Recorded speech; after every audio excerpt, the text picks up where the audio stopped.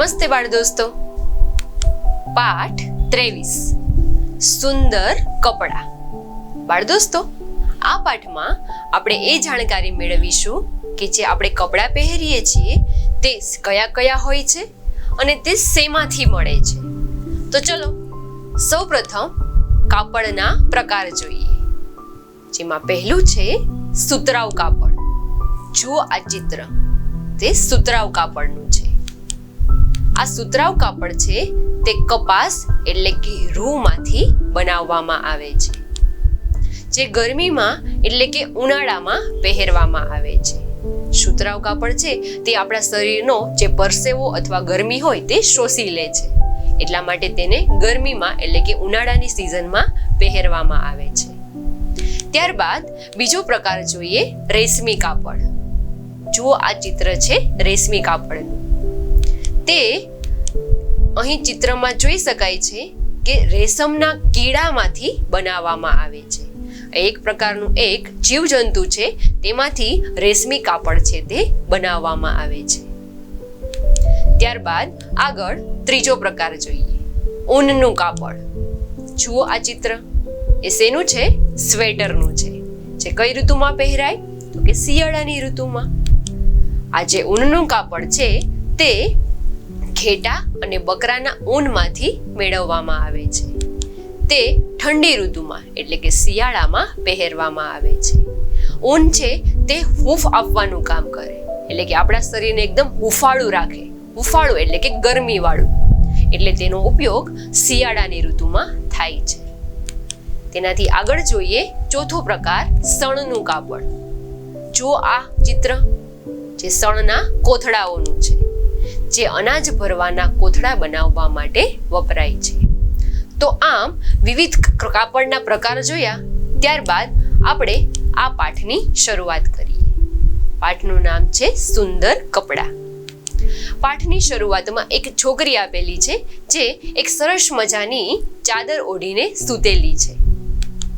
નાની છોકરી સાજીદા, તેનું નામ સાજીદા છે. તેને એક બહેન તેનાથી મોટી બહેને સુંદર ઓઢણી આપી. તેની મોટી બહેન છે તેણે સાજીદાને એક સરસ મજાની ઓઢણી આપેલી છે. જો આ ચિત્રમાં જોઈ શકાય છે કે ઓઢણી ઉપર સરસ મજાનું કંઈ વર્ક કરેલું છે, અને તે કલર છે પણ ખૂબ જ સરસ મજાનો છે. આગળ જોઈએ કે ઓઢણીમાં સુંદર ભરતકામ અને આભલા લગાવેલા હતા. સાંજનું જમવાનું પતાવ્યા પછી સાજીદાએ આ ઓઢણી પહેરવાની કોશિશ કરી. ઓઢણી સાથે રમતા રમતા તે થાકી ગઈ. ઓઢણી પહેરીને ત્યારબાદ તે સૂઈ ગઈ. ઓઢણી છે તે પહેરી પણ શકાય છે, અને આ ચિત્રમાં જોઈ શકાય છે કે ઓઢી પણ શકાય છે. એ ઓઢણીને પહેરવાની કોશિશ કરતી હતી, અને એ કોશિશ કરતા કરતા જ તે પોતે સૂઈ ગઈ. તે ઊંઘમાં પણ ઓઢણી વિશે વિચારતી હતી કે સુંદર ઓઢણી કેવી રીતે બનાવવામાં આવી હશે.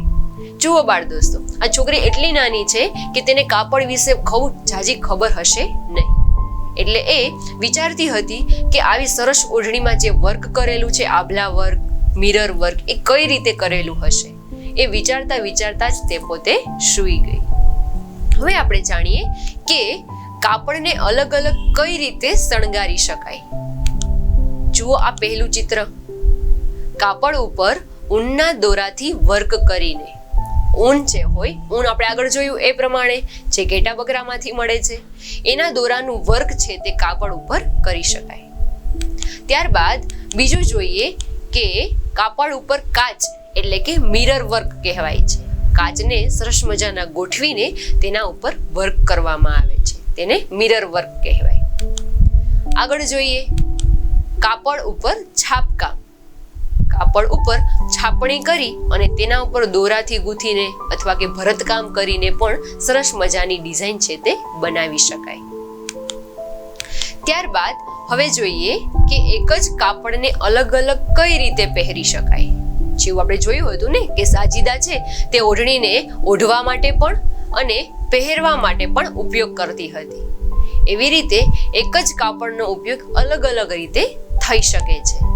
જો આ પહેલું ચિત્ર, એક કાપડના ટુકડાનો ઓઢણી તરીકે ઉપયોગ થાય છે, જેને ઓઢેલી છે. હવે આ કાપડના ટુકડાનો ઉપયોગ માથાની પાઘડી બનાવીને પણ પહેરી શકાય છે. ત્યારબાદ આ જ કાપડનો ઉપયોગ લુંગી એટલે કે પોતળી તરીકે પણ વાપરી શકાય છે. એટલે કે એક જ કાપડનો ટુકડો છે તેનો ઉપયોગ અલગ અલગ રીતે થઈ શકે છે. કાપડનો ઉપયોગ પહેરવા ઉપરાંત બીજી કઈ કઈ જગ્યાએ થાય છે? કાપડ આપણે પહેરીએ છીએ એ ઉપરાંત બીજી ઘણી જગ્યાએ વપરાય છે. જુઓ આ ચિત્ર. કોથળા બનાવવા. કોથળા છે તે સણના કાપડના બનેલા હોય છે. તે એટલું જાડું કાપડ હોય છે કે તે આસાનીથી તૂટી શકતું નથી. એટલે કે વજનદાર વસ્તુઓ છે એ કોથળામાં ભરીને ઉચકી શકાય. ત્યારબાદ કાપડનો ઉપયોગ છે તે થેલીઓ બનાવવા વપરાય છે. કોઈ પણ વસ્તુઓને ઉપાડીને લઈ જવી હોય તો એ થેલીઓ બનાવવા માટે. ત્યારબાદ કાપડનો ઉપયોગ છે તે પડદા બનાવવા માટે. એટલે કે આપણા ઘરને સુશોભિત કરવું હોય તો બારી, બારણા, કબાટ આ બધાના પડદા બનાવવા માટે પણ અવનવા કાપડ વપરાય છે. અને કાપડનો ઉપયોગ ચાદર બનાવવા માટે પણ થાય છે. આપણા ઘરની જે બેડશીટ હોય છે તે. તો બાળ દોસ્તો, આ પાઠમાં આપણે જોયું કે વિવિધ કાપડના પ્રકાર, તે કાપડ છે તે ક્યાંથી મેળવાય છે, એક જ કાપડનો ઉપયોગ અલગ અલગ રીતે કઈ રીતે થઈ શકે છે, અને એક જ કાપડમાંથી અલગ અલગ કેટલી વસ્તુઓ બની શકે છે.